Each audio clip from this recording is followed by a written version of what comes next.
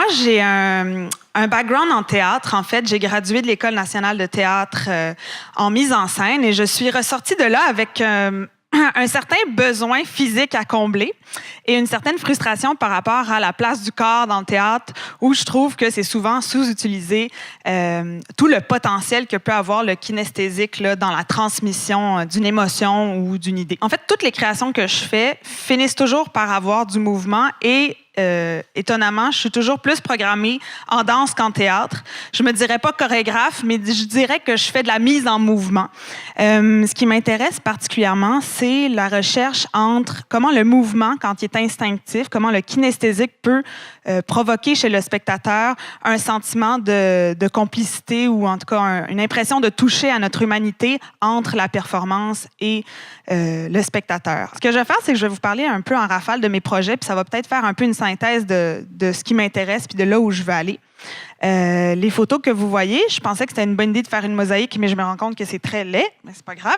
Ça vous donne une idée. Donc ça, c'est le spectacle Parole que j'ai présenté au Prospero en 2014 avec Rachel Gratton et Marc Bellan. Et ça parle de l'absence de Dieu et de la recherche d'un sens là, qu'on donne maintenant qu'on a perdu nos repères. Donc tout ça se passe, il y a un travail physique parce que les personnages errent de ville en ville et cherchent la place, en fait, à quelque chose de plus grand qu'eux. Ça, c'est Chute. C'est un spectacle qui va être présenté à la Chapelle en 2018 et qui parle de la dégénérescence du corps et de l'esprit.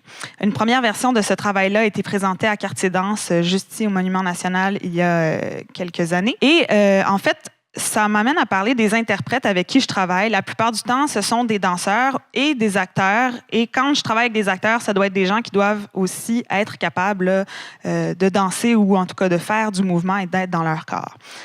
Ensuite, il y a Nap danser, qui en créole veut dire « nous avons dansé », « nous dansons » et qui peut aussi dire « nous allons danser ».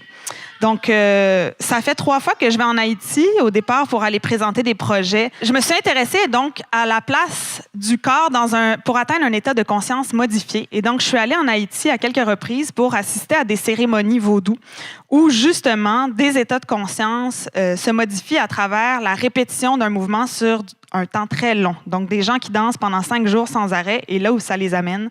J'ai ramené ça ici à Montréal, les images, la musique, pour travailler avec des danseurs qui font du street dance d'origine haïtienne, mais qui ne sont jamais allés en Haïti, pour voir comment eux, à travers leur danse, atteignent d'autres niveaux de conscience. On passe au prochain projet, Eden Paradise, que je viens de présenter ici et qui avait préalablement été présenté à Quartier Danse à la 5e salle. Et en fait, c'est Marc Bellan et moi qui dansons sur l'évasion fiscale. On se questionne sur la place de la parole radiophonique politique dans le monde artistique. Et on travaille sur une entrevue d'Alain Deneau avec Marie-France Bazot.